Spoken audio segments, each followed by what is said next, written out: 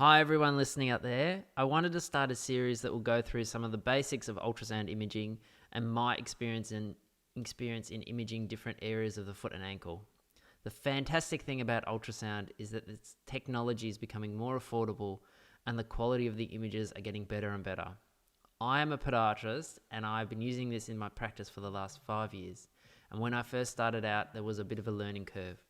I did a graduate certificate in ultrasound imaging, which was a fantastic way to learn the basics, but a lot of identifying pathology in the foot and ankle I found was experienced. So I guess the best tip for anyone who is starting out is to have a mentor who you can show pictures to and video clips to. I'm happy to provide guidance to anyone that needs help, and my email is listed on this slide. But you can also message me through LinkedIn, and I'm more than happy to help. So I'll be aiming to do around 1 or 2 of these little videos each week, depending on how busy I am, and hopefully there'll be a bit of a library. I guess I would also like to thank the sponsor Moduline, which is a new customizable orthotic, and there will be a bit more information about this at the end. So let's start the first episode. To begin with, for those who are new to ultrasound, the first thing is to make sure you have a decent machine. The first machine I had was a Toshiba Just Vision 200, which is the one on the left, which looked like R2-D2 and was very average for seeing any detail. If you pushed the probe in as hard as you could make out a faint outline of the plantar fascia.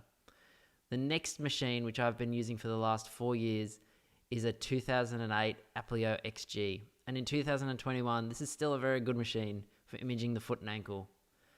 It's just giant. I have upgraded to a Sonosite Exporte, I'm not sure if I pronounced that properly, which will be where most of the images that appear in this series are from. I've not used every ultrasound machine out there, and imaging technology is improving all the time, so this is just my opinion. But what I tell people when they're looking for their first ultrasound machine for the first time is, so with iPad and iPhone devices, so these are the transducers that can connect directly to the iPad and iPhone, resolution on these devices is generally poor. They're great for picking up larger pathology, but for really specific detail, it is very difficult. These types of machines are okay if you've used an ultrasound machine in the past, but if you were using them for the first time, I will wait until you get the basics down pat before you invest in something that plugs into an iPad or an iPhone at this time. So the next one are tablet and laptop devices. So these machines have improved significantly. I tried in 2017 a laptop to replace my old Ep.1 XG, but I found that the resolution was similar. So if you're getting a laptop, make sure you steer away from the older devices, as they'll have the similar issues as an iPad for people who are just learning how to scan. The newer model laptops will be fine if you have a bit of money to spend. The larger units, so these units are great for learning. You can pick up a second-hand one for a few $1,000s. You just have to make sure that the probes aren't completely destroyed, as these are generally the most expensive part of the machine, and that the rubber lens is still intact. Of course, the most important thing is to make sure that the machine is safe, and this should be checked out by a technician before you start to use on a patient, especially the second-hand ones. As important as a good machine is, it is also important to have a good probe. For the ankle and foot, I have found that a smaller linear transducer is the best. The higher frequency of the probe means that it will produce clearer images of superficial structures, which is what you need for examining the foot and ankle. I've had mixed results with hockey stick probes around the foot and ankle, but the hockey stick probe that I had was pretty old.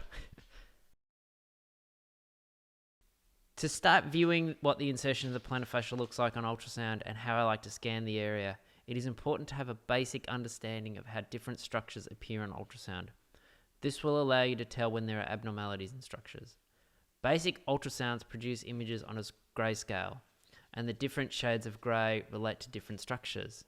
I will touch on these as I talk about the different structures and go into greater detail in the future episodes when talking about pathology. I created this little animation where the little balls represent the sound waves produced by the probe. As you can see, they bounce off different tissues in different ways. And when it comes to bone, the sound waves cannot pass through.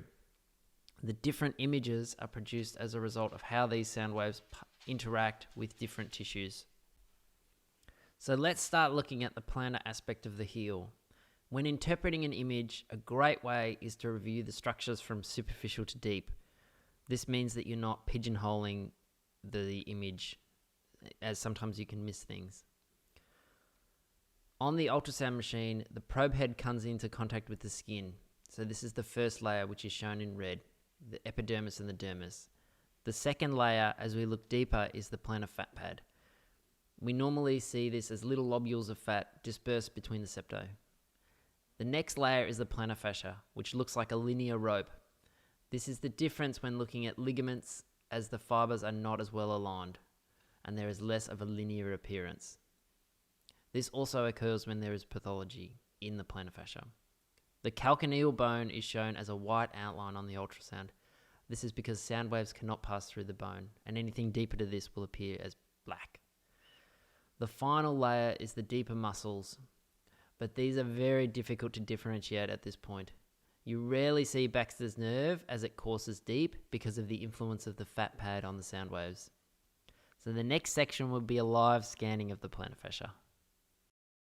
So I like to have the patient seated when I'm scanning the heel, and I'll dorsiflex the foot. So a great way to do it is to first find the insertion of the plantar fascia. Then you can move left to right just to view the entire width of the plantar fascia.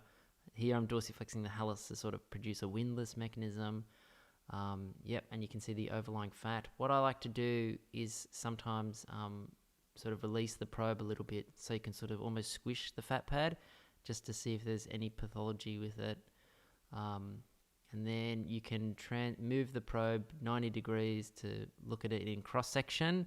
I haven't found this to be much beneficial, but I know some people do this when they're injecting, which I'll go through in another episode. So you can sort of move along the length of the plantar fascia, and you can view it transverse, but I like to look at it in the long axis. And then you can move along the length of the plantar fascia. I know this is only meant to be the insertion. I got a bit carried away. And so you can see the deeper muscles, and this is generally where you can see any sort of pathology in the mid portion of the plantar fascia. So you can still see that beautiful linear rope that comes down and attaches to the base of the heel right there. And then deep to the plantar fascia, we can see the bone, which is that sort of white echogenic line, and then anything deep to that is black because all the sound waves are reflected back to the ultrasound transducer.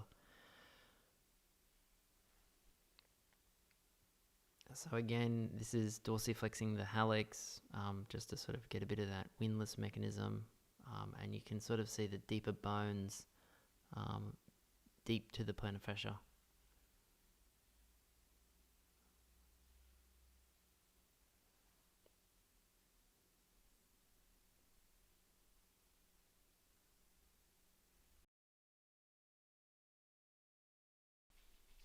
So that was a basic introduction into what I look for in an ultrasound machine, and also a basic overview of scanning the plantar fascia. If anyone has any question, I'm more than happy to help, and my email is on the screen. I guess I would also like to thank the sponsor Modulon for supporting the new series, and there is a little video after this just showing off the new product. And I hope you all tune into the next episode.